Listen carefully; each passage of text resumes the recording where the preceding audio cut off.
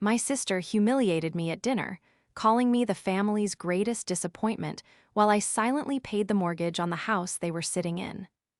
I left that night and canceled the secret loan payments keeping them afloat. When Dad called screaming about the bank, I finally told them the bank didn't accept disappointment as currency.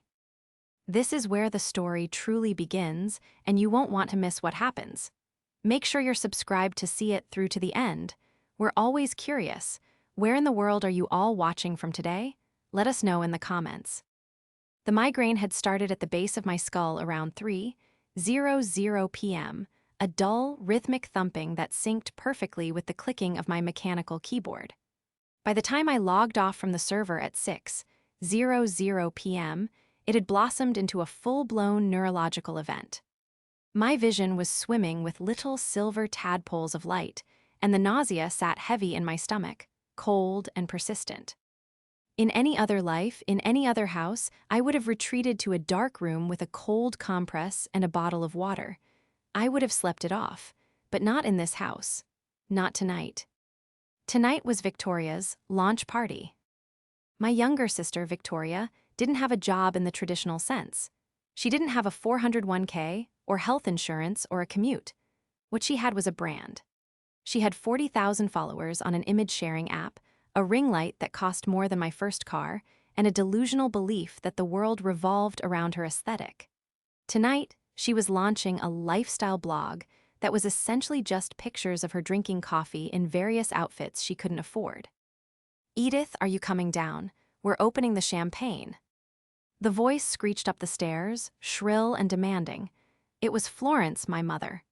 She sounded breathless, excited, the way she always did when Victoria did anything, even something as trivial as breathing. I squeezed my eyes shut, taking a deep breath. "Coming, Mom," I whispered to the empty room. I stood up, steadying myself against the heavy oak desk that dominated my small bedroom. This room, with its single window overlooking the overgrown backyard and its peeling beige wallpaper, was my bunker. It was the only place in the house where I felt remotely like a person and not an ATM. I changed out of my sweatpants, my work uniform as Gary, my father, liked to sneer, and pulled on a pair of dark jeans and a clean gray sweater. I looked in the mirror. I saw a 31-year-old woman with tired eyes, pale skin, and hair pulled back in a severe bun because she didn't have the energy to style it. I looked practical. I looked invisible. I walked downstairs.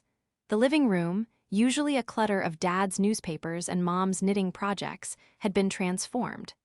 There were gold balloons spelling out VICTORIA taped to the wall above the fireplace. A table had been set up with a spread of expensive cheeses, prosciutto, and fruits, a spread I realized with a sinking heart that I had paid for when Mom borrowed my credit card for groceries yesterday. Victoria was in the center of the room, holding court. She was wearing a shimmering slip dress that caught the light, her hair falling in perfectly engineered waves. Noah, her fiancé, stood beside her, holding a bottle of champagne like it was a trophy. Noah was a consultant, which, as far as I could tell, meant he spent a lot of time talking about cryptocurrency and borrowing money from Victoria, who borrowed it from Mom and Dad, who borrowed it from me. "There she is," Gary boomed from his armchair.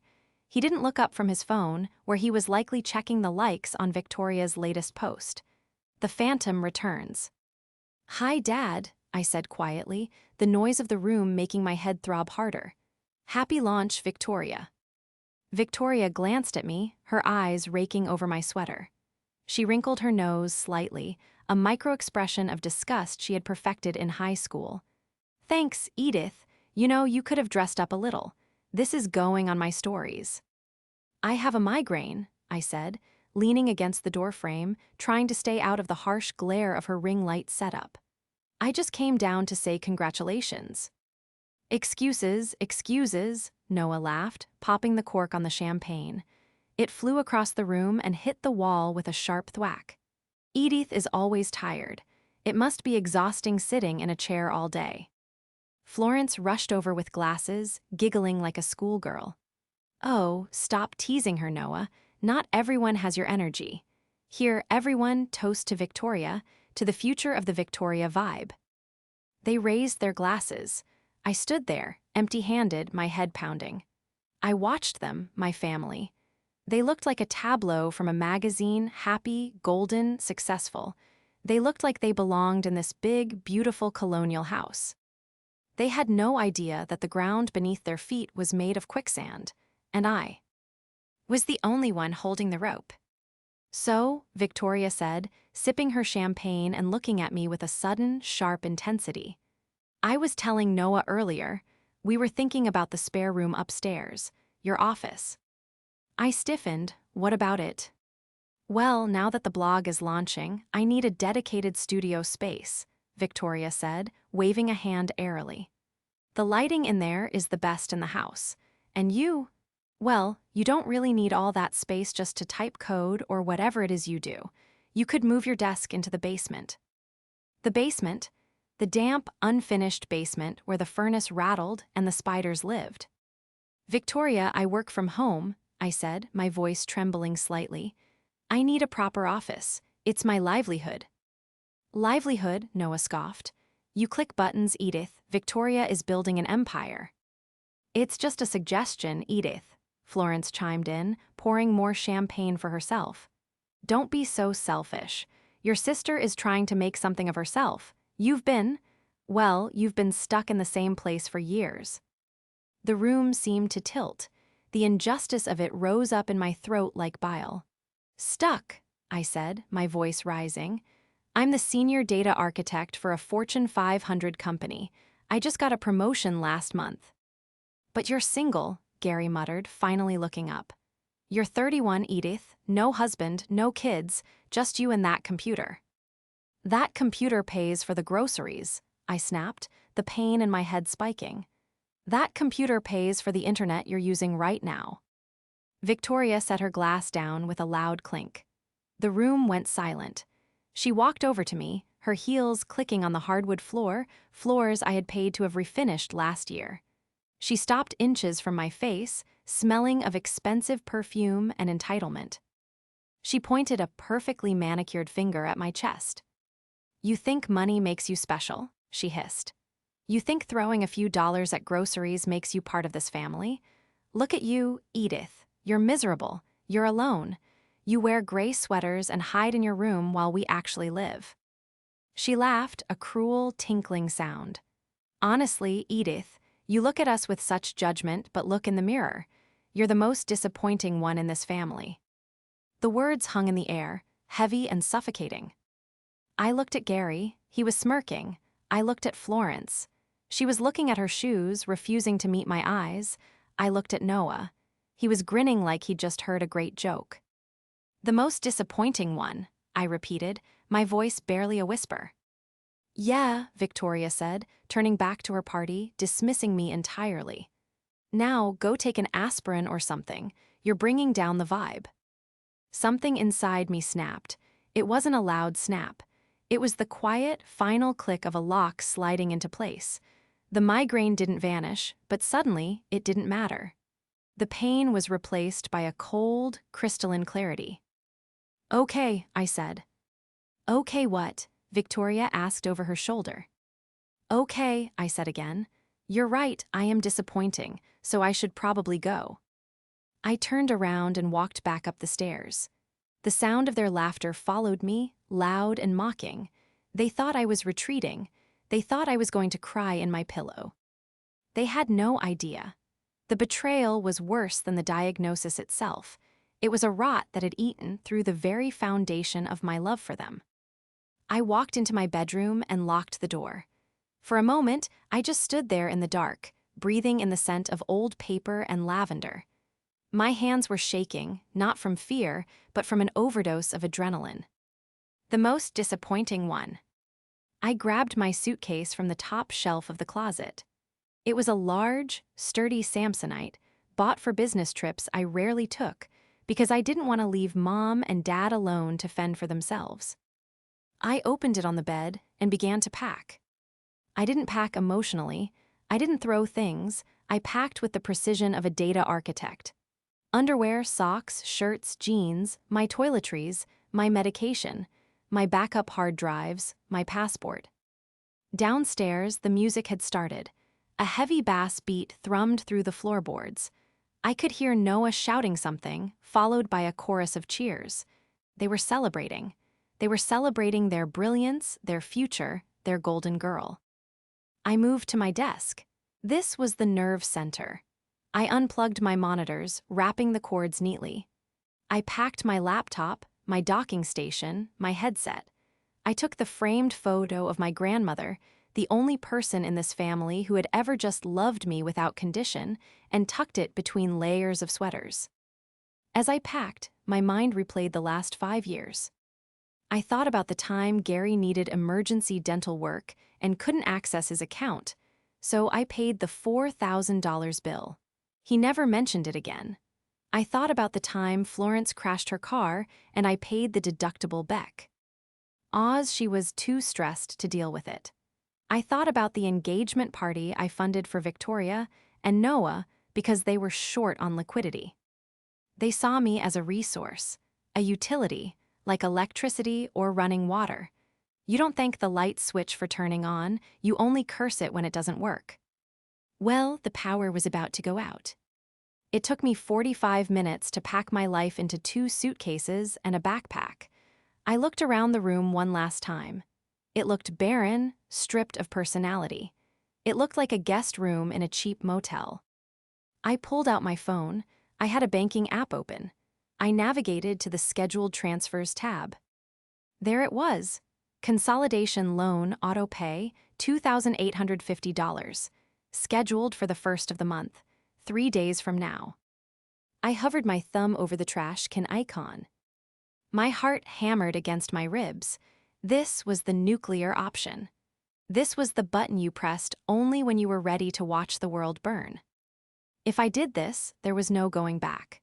The way the loan was structured, a predatory, high-interest nightmare Gary had signed years ago, meant that a single missed payment would trigger penalty APRs and immediate aggressive collections.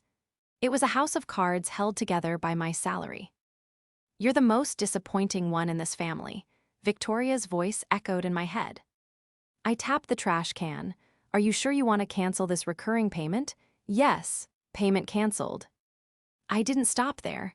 I went to the utility accounts. The electric bill, the water, the internet, all of them were in Gary's name, but all of them were linked to my credit card. Remove payment method, remove payment method, remove payment method. I was systematic, I was thorough. I was the disappointment they claimed I was. I lugged the suitcases to the door. The music downstairs was louder now. They wouldn't hear me leave. That was the beauty of it. I was so invisible to them that my departure would be as silent as my presence had been. I carried the bags down the back stairs, the servants' stairs from when the house was built in the 1920s. I went out the kitchen door, into the cool night air. The wind bit at my cheeks, but it felt cleansing. I loaded the trunk of my sedan. I got into the driver's seat and started the engine. I didn't look back at the house. I didn't look at the warm glow of the windows where my family was toasting to my insignificance. I put the car in reverse and backed out of the driveway. As I shifted into drive and pulled onto the main road, a thought crossed my mind, cold and sharp as a diamond. They thought they had won. They thought they had put me in my place, but they had forgotten one crucial thing. You don't bite the hand that feeds you, especially when that hand is the only thing keeping the wolves from the door. I checked into a residence in 3 towns over. It wasn't glamorous, but it was clean, quiet, and most importantly, it was mine. I paid for the week up front. The next morning, I woke up without a migraine. The silence in the room was heavy, but it was a peaceful heaviness. I set up my workstation on the small dining table. I had work to do. My job didn't stop just because my family had imploded. As I worked, the memories of how we got here washed over me, demanding to be processed. 5 years ago, Gary, my father, had made a surefire investment. He had taken the equity out of the family home, the house he had inherited from his parents, to invest in a friend's startup. The startup was a scam. The friend vanished to Belize. The equity was gone. But Gary hadn't just lost the equity. In a panic, trying to cover the initial losses before anyone found out, he had taken out a private consolidation loan from a second-tier lender. The terms were criminal: variable interest, massive balloon payments, and a clause that allowed the lender to seize assets immediately upon default.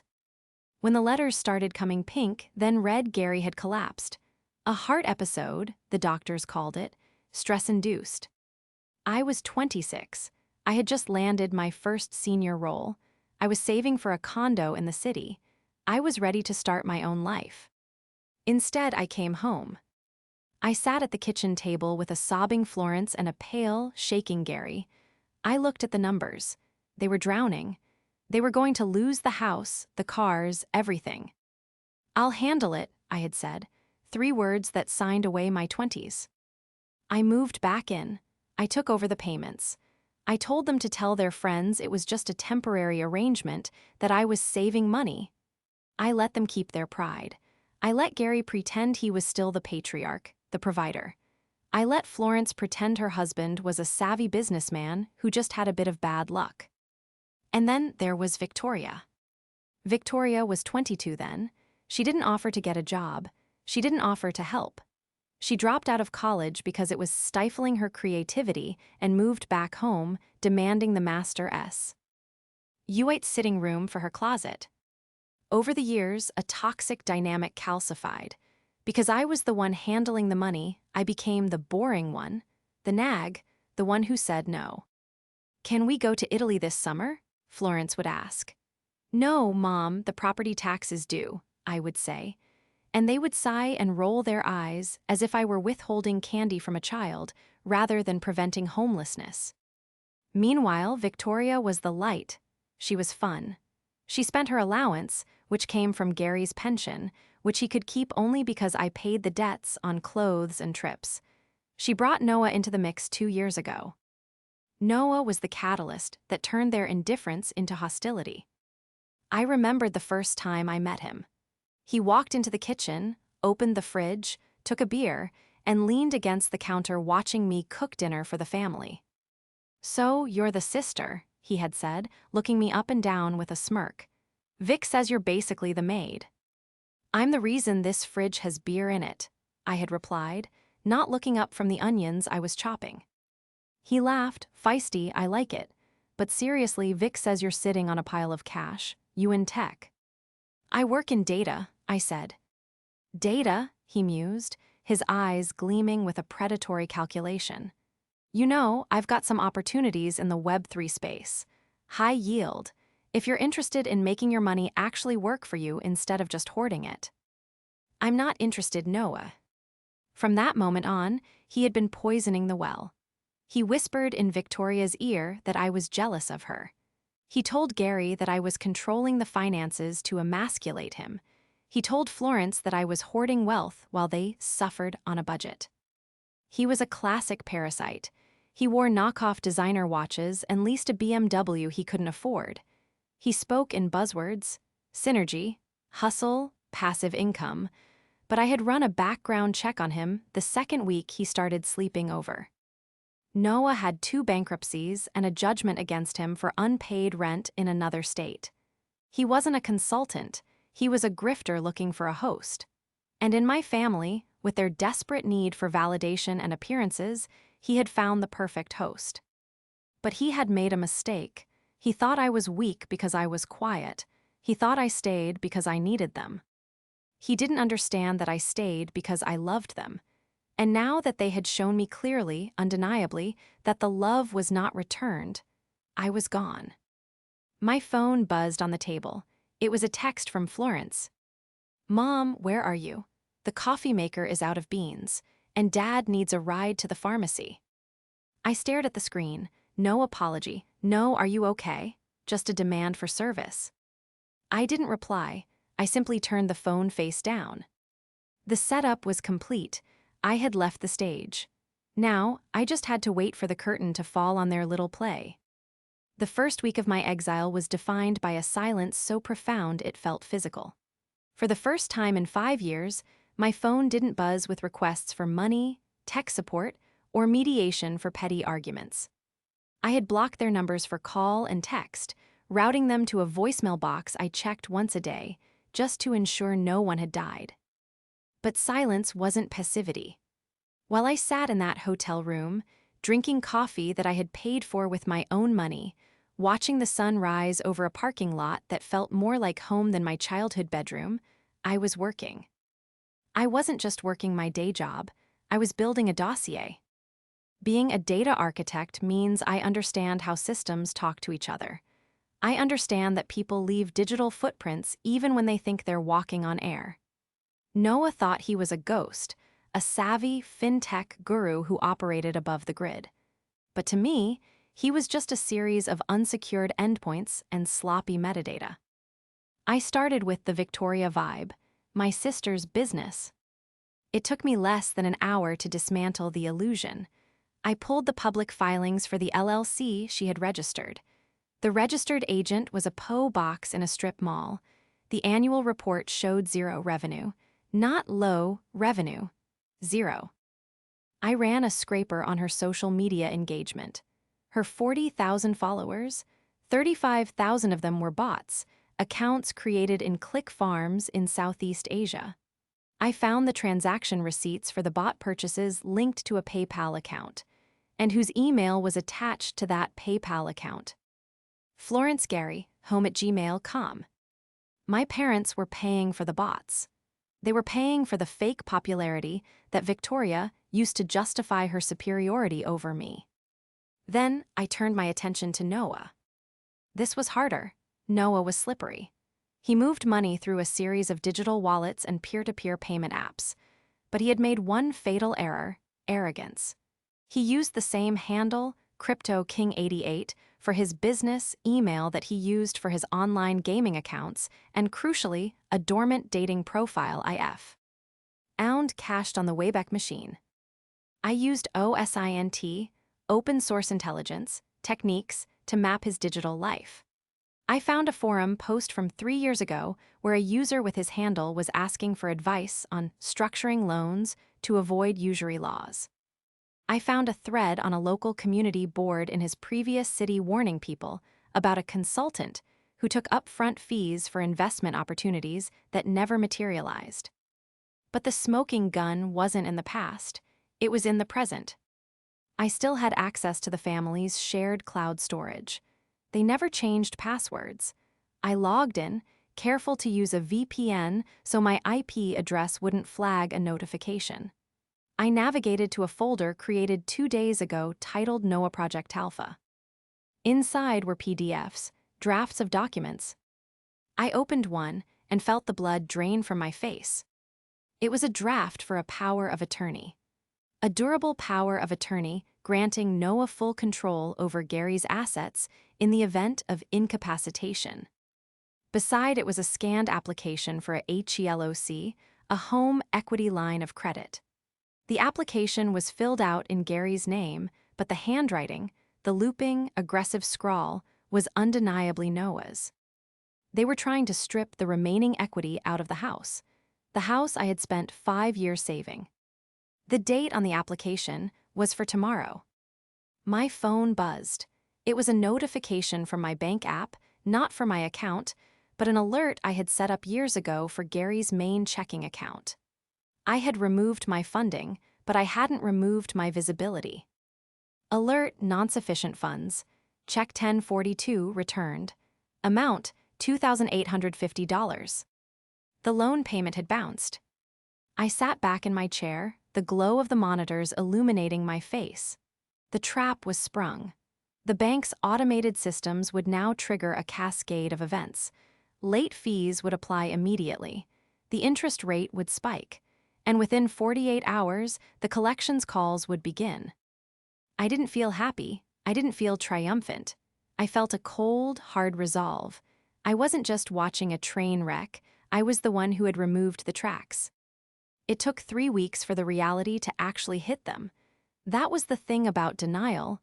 It was a powerful buffer. I imagined them ignoring the first letter, thinking it was a mistake. I imagined Gary assuming I had just forgotten to transfer the money and being too proud to ask me about it, assuming I'd fix it in the next cycle. But banks don't operate on pride. They operate on algorithms.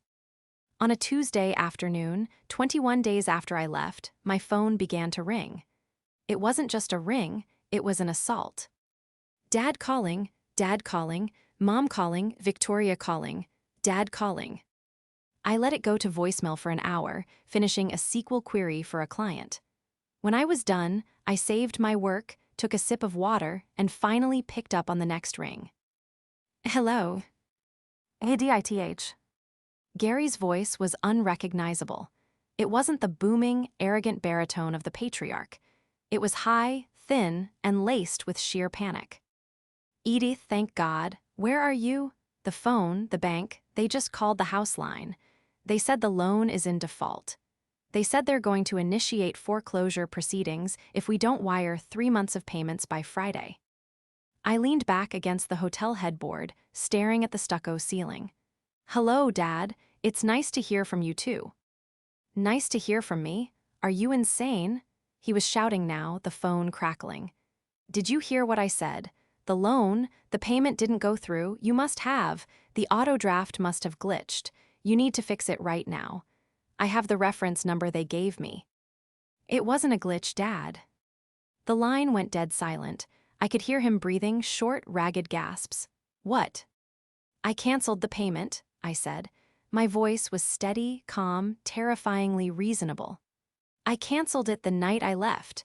I also removed my card from the electric company, the water company, and the internet provider. I imagine you'll be hearing from them soon, too. You stopped paying? He sounded like a child trying to comprehend a physics equation. But that's my loan, that's the house. Yes, I said. It is your loan, and your house. And your daughter, Victoria, made it very clear that I am the most disappointing person in the family. She said I offer nothing but misery. Edith, don't be dramatic. Florence's voice came on the line now. She must have been listening on the extension. We were just having a bad night. You know how sensitive your sister gets. You can't just punish us like this. This is our home. I'm not punishing you, Mom, I said. I'm just stepping out of the way. If I'm so disappointing, surely you don't want my disappointing money. Surely Victoria, with her empire, can step in. Give me the phone. There was a scuffle, and then Victoria's voice pierced my ear. You think you're so smart, don't you? Running away like a coward, you're jealous. You're trying to sabotage my law. Because you can't stand that I'm succeeding. Succeeding? I let out a short, dry laugh. Victoria, I pulled your LLC filings. You have zero revenue. Mom and Dad are buying your followers. You aren't an influencer. You're a line item on their credit card debt. That's a lie, she shrieked, but her voice cracked. Noah is handling the monetization strategy. We have deals in the pipeline. Noah is handling it? I asked. Is that why he's trying to get Dad to sign a HELOC? Is that the strategy? Drain the last drop of equity before the bank takes the house. He's investing it, Gary shouted from the background. It's crypto, it's the future, Edith. You don't understand these things. I understand that Noah has 2 bankruptcies and a fraud judgment in Nevada, I said, dropping the first bomb. I understand that the consulting firm he works for doesn't exist.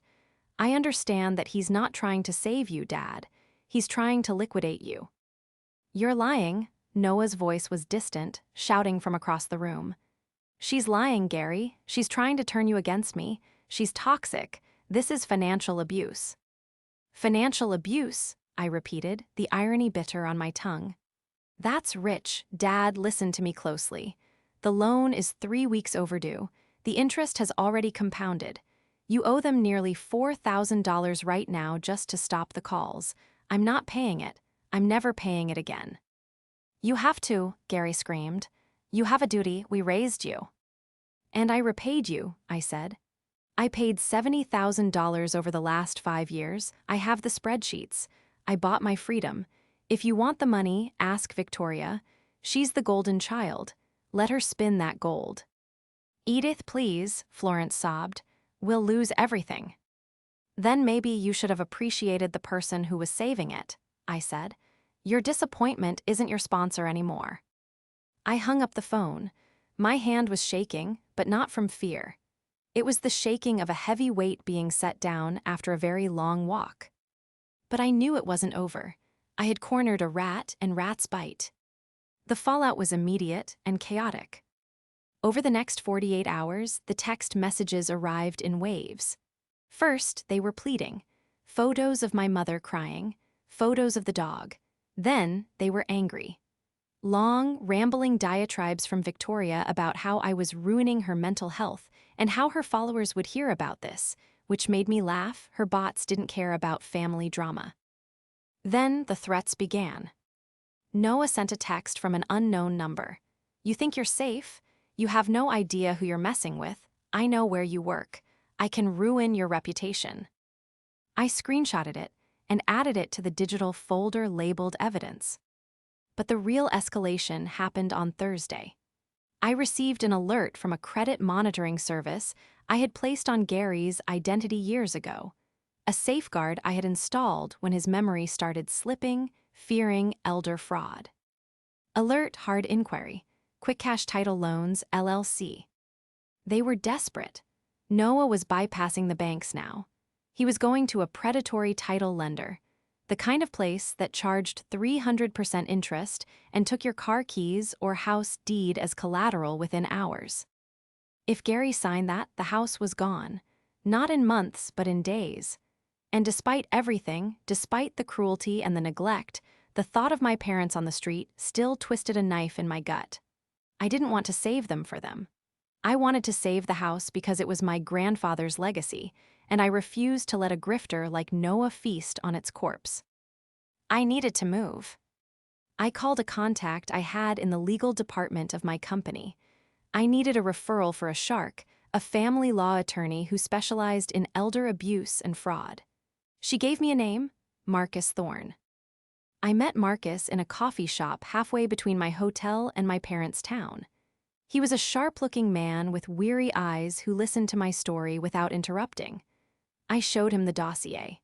The fake LLCs, the bought receipts, the past judgments against Noah, the drafted power of attorney, and the fresh alert about the title loan. "This is textbook," Marcus said, tapping the printout of Noah's bankruptcy filing. "He's bleeding them dry. The engagement to your sister is likely just the hook. Once he gets access to the equity or gets your father to co-sign enough debt, he'll vanish." "They won't listen to me," I said. "They think I'm the villain." "They don't have to listen to you," Marcus said, sliding a document across the table. "They have to listen to a judge. We can file for an emergency temporary conservatorship for your father based on financial incapacity and elder exploitation. It freezes his ability to sign contracts. It stops the title loan. It stops the HELOC." "That's extreme," I said. "It's extreme," Marcus agreed. "But look at the math, Edith. If he signs that title loan today, the house is gone by next week. This stops the BL. Eating, but you have to be willing to drop the hammer. You have to walk into that house and serve them." I looked out the window. I saw my reflection in the glass. I didn't see the tired, gray girl in the sweater anymore. I saw a woman who had survived the fire and come out made of steel. "Draw it up," I said. Marcus worked fast. By Friday morning, we had a temporary injunction signed by a sympathetic judge who saw the pile of evidence regarding Noah's fraud. I drove to the house on Friday evening. The driveway was dark. The motion sensor lights I had installed didn't turn on. The electricity must have been cut, or maybe the bulb had burned out and no one had changed it. I saw Noah's BMW in the driveway. It was dirty, a testament to his lack of funds for the car wash. I walked to the front door. I didn't use my key. I rang the bell. I knocked. No answer. I tried the handle. Locked. I knocked harder. "Dad, Mom, it's Edith." Finally, the door cracked open. It was Florence. She looked 10 years older than she had 3 weeks ago. Her hair was unwashed, and she was wearing a bathrobe. "Edith," she whispered, Did you bring a check?" "Open the door, Mom," I said gently but firmly. She stepped back. The house smelled stale. There were takeout boxes piled on the hallway table. I walked into the living room. It was lit by candles, the power was out. Gary was sitting on the sofa, staring blankly at a dark television. Victoria was curled up in the armchair, scrolling frantically on her phone, the blue light illuminating her tear-streaked face. Noah was pacing the room, illuminated by a flashlight he had propped on the mantel. "Look who decided to show up," Noah sneered, though his voice lacked its usual confidence. "Here to gloat, or did you finally find a conscience?" "I'm here to stop you," I said, ignoring him and looking at Gary. "Dad, did you sign anything with a title loan company today?" Gary looked up, his eyes unfocused. Noah said it was a bridge loan, just until his crypto matures. We need the lights back on Edith. "He didn't sign it yet," Noah interjected quickly, stepping between me and Gary. "The notary is coming tomorrow, and you can't stop it. It's his house." "Actually," I said, reaching into my bag and pulling out the heavy envelope Marcus had given me, "I can."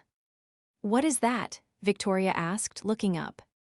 "This," I said, slapping the packet onto the coffee table with a sound that echoed like a gunshot in the quiet room, "is a court order. It's a temporary injunction freezing Dad's assets. It also names Noah as a person of interest in an investigation regarding elder financial abuse."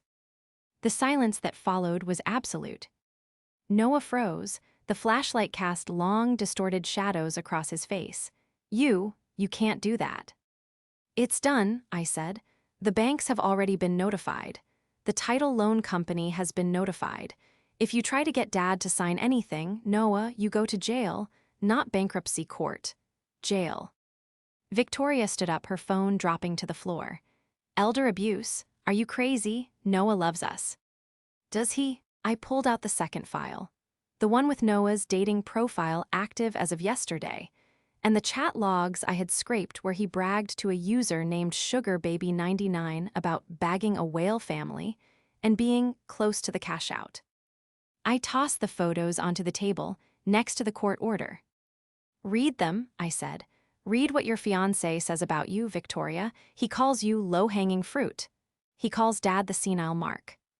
Victoria stared at the papers. Her hands shook as she reached for them. Noah lunged. "Don't touch those." But he was too late. Gary had already picked one up. He held it close to the candlelight, squinting. "The senile mark," Gary read aloud. His voice was trembling. He looked up at Noah, confusion warring with a dawning, terrible realization. "Noah, you wrote this." "It's faked," Noah shouted, backing toward the door. "She faked it. She's a computer genius, right? She photoshopped it." "I didn't Photoshop your court records from Nevada, Noah," I said calmly. "And I didn't Photoshop the fact that you've been siphoning money from the wedding fund into a private crypto wallet. I traced the blockchain transaction hash. It's all in there." Victoria was reading the chat logs. A sound escaped her throat, a raw, wounded animal noise. She looked up at Noah, her face crumbling. You said I was your muse," she whispered. "You said the money was for the venue deposit." "Vic, baby, listen," Noah started, reaching for her. "Don't touch her," I said. I stepped forward. "You have 5 minutes to leave this house, Noah. If you're still here, I call the police and show them the power of attorney fraud you attempted." Noah looked at me. He looked at the paperwork.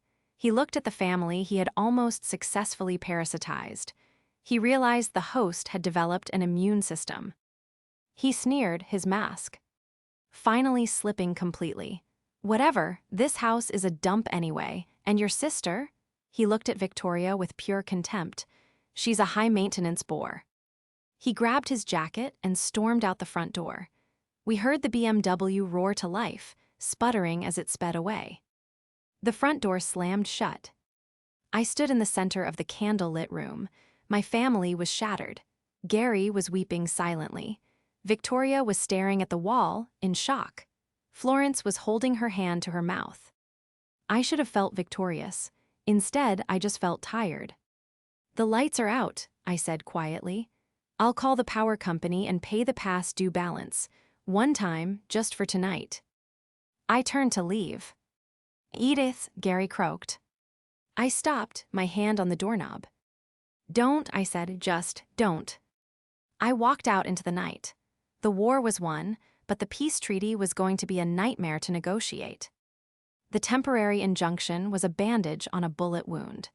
It stopped the bleeding for a night, but the infection was deep. The real surgery happened 10 days later, in the sterile, fluorescent-lit reality of the county superior court. This was the public showdown. We weren't hiding in the dim living room anymore. We were in courtroom 304, answering to a summons regarding the emergency petition for conservatorship and financial restitution. Gary sat at the respondent's table, looking small in a suit that hung loosely on his frame. Florence was beside him, twisting a tissue into paper pulp. Victoria sat in the gallery behind them, wearing sunglasses indoors, hiding eyes that were undoubtedly swollen from a week of crying. I sat at the plaintiff's table with Marcus. I wasn't suing for money. I was suing for sanity. The courtroom wasn't packed, but it wasn't empty. There were creditors present, representatives from the bank, the credit card companies, and even a lawyer representing the title loan company Noah had tried to engage. The community was small, whispers had circulated. The fall of the House of Gary was public knowledge. All rise. Judge Holloway was a stern woman with reading glasses perched on the end of her nose. She looked at the file, then at us, with the weary expression of someone who had seen too many families destroy themselves over money. We are here to review the temporary injunction and the petition for oversight, Judge Holloway said. I have reviewed the forensic accounting report submitted by the petitioner, Edith. Is it just Edith?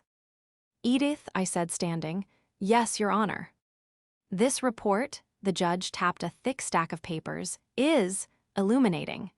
Mr. Gary, your counsel has moved to dismiss the conservatorship, claiming you are fully capable of managing your own affairs. Is that correct?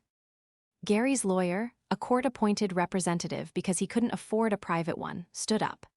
Your Honor, my client admits to being misled by a third party, Mr. Noah Vance, but asserts that he is of sound mind. Sound mind? Judge Holloway peered over her glasses. Let's look at the record. In the last 24 months, $72,000 was withdrawn from your home equity line. Where did that money go? Gary stood up, his hands trembling on the table. It was investments, business expenses. Investments, the judge repeated. She turned a page. According to these bank records, $18,000 went to Vance Consulting Group, which is a shell company registered to a PO box. $12,000 went to social media optimization services, which appears to be a bot farm in Bangladesh. And another $6,000 went to a luxury car rental agency. The courtroom was silent. I could hear the hum of the air conditioning. And during this time, the judge continued, her voice sharpening, the mortgage payments, the very payments that kept a roof over your head, were not made from your accounts. They were made via wire transfer from an account belonging to, she squinted at the paper, Edith. Gary looked down at the table. He couldn't speak. Mr. Gary, the judge asked, her voice dropping to a dangerous quiet, were you aware that your daughter was paying your mortgage? Gary looked at Florence. Florence looked away. He looked back at me. I held his gaze. I wasn't angry anymore. I was just a witness to the truth. I thought, Gary stammered, I thought it was rent. She lived there. Rent, the judge scoffed. The payments were 3 times the market rate for a room in that area, and she paid off the arrears on the previous loan you defaulted on. That's not rent, sir. That's a bailout. Then, the doors at the back of the courtroom opened. A man in a cheap suit walked in. It was Noah's lawyer, or rather, a public defender who had been assigned to him after he was picked up on an outstanding warrant in the next county over. Noah was dragged in behind him, wearing an orange jumpsuit, handcuffed. The gas from the gallery was audible. Victory. A stood up, her hand flying to her mouth. Sit down, miss, the bailiff barked. Noah looked terrible.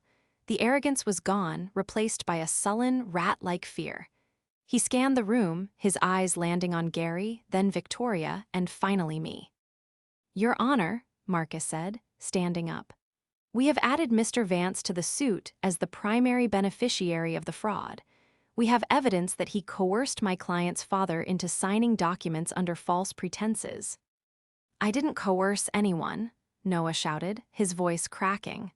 "The old man is greedy. He wanted to get rich quick. He begged me to invest the money. He's just embarrassed because he's broke." "Silence," the judge slammed her gavel. "It's true," Noah spat, turning to look at Gary. "Tell them, Gary. Tell them how you bragged about your portfolio. Tell them how you treated your own daughter, the smart one, like she was the help, while you threw money at me and your airhead princess." "Stop it," Victoria screamed from the gallery. "Stop it, Noah." "You're a joke, Vic," Noah laughed, a harsh, manic sound. "You and your brand. You have no talent, you have no money, you're just a leech. I was just trying to get my cut before the whole ship went down." The cruelty of the truth hung in the air, stripping the paint off the walls. Noah had said the quiet part out loud. He had voiced the very toxicity that had rotted our family from the inside out. Gary stood there, his face ashen. He looked at Noah, the man he had wanted for a son, the man he had chosen over me. And then he looked at the report the judge was holding, the record of my sacrifice. For the first time in my life, I saw the fog lift from my father's eyes. "Your Honor," Gary said, his voice shaking but distinct, I withdraw my motion to dismiss." "Dad," Victoria whispered. "I am not capable," Gary said, tears streaming down his face. "I haven't been capable for a long time. I let a stranger into my house. I let him steal from us. And he turned to look at me. "I let my daughter carry the burden alone, and I insulted her for it." He took a deep breath. "I accept the conservatorship. I accept the oversight. Please, just don't let us lose the house. It was my father's." Judge Holloway looked at him with a sliver of pity. She banged the gavel. "Petition granted. Edith is appointed as temporary conservator over the estate of Gary and Florence. Mr. Vance is remanded to custody pending a fraud investigation. Court is adjourned." As the bailiff led Noah away, kicking and screaming obscenities, the room exhaled. The public humiliation was complete. The illusion of the wealthy, successful family was gone. All that was left was the debt, the shame, and the truth. The cleanup wasn't quick, and it wasn't pretty. Real life rarely offers a montage where everything is fixed in 3 minutes. With the conservatorship in place, I had legal control. I didn't use it to punish them. I used it to save them, but on my terms. First, the house. We couldn't keep it. The math simply didn't work. The equity was gone, drained by Noah and the bad loans. I listed the Colonial on the market 3 weeks after the hearing.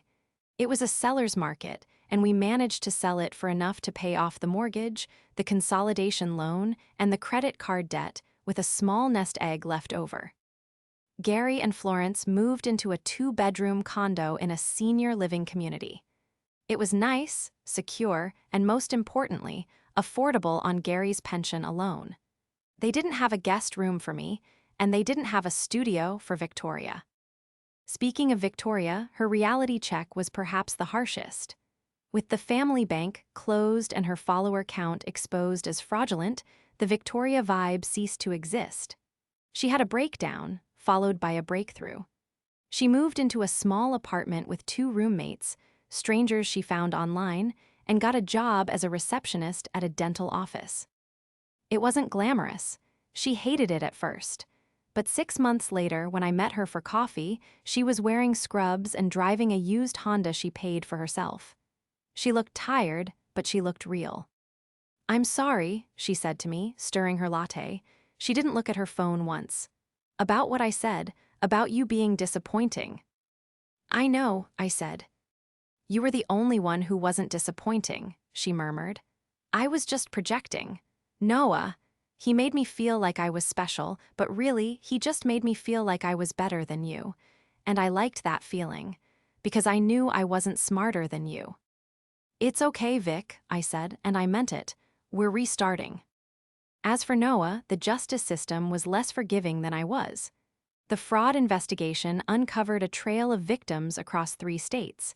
He was charged with multiple counts of wire fraud, identity theft, and elder abuse. He accepted a plea deal for 7 years in federal prison. I went to the sentencing, just to see the doors close behind him. It was the only closure I needed. My relationship with my parents changed fundamentally. I was no longer the child, and they were no longer the authority figures. The dynamic had shifted to something cooler, more distant, but respectful. I visited them at the condo on Sundays. We drank tea. Gary didn't brag about investments anymore. He asked me about my job, and he actually listened to the answers. One afternoon, about a year after the blowout, I was helping Gary set up his new television. "Edith," he said, handing me the remote. "Yeah, Dad."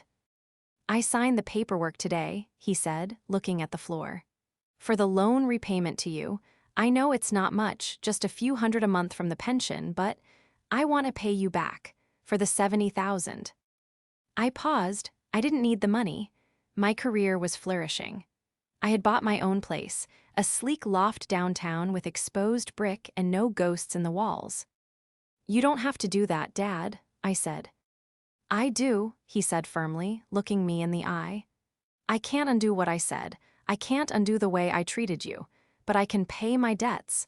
I don't want to be a disappointment to you, Edith." I felt a lump in my throat. It wasn't a perfect apology. It wouldn't erase the years of neglect. But it was a start. "Okay, Dad," I said softly. "Okay." I walked out of their condo that evening into the crisp autumn air. My phone buzzed. It was a notification from work, a new project lead, a new challenge. I got into my car, paid for with my money, driving to my home. I wasn't the invisible daughter anymore. I wasn't the bank. I wasn't the disappointment. I was Edith, and for the first time in a long time, that was enough.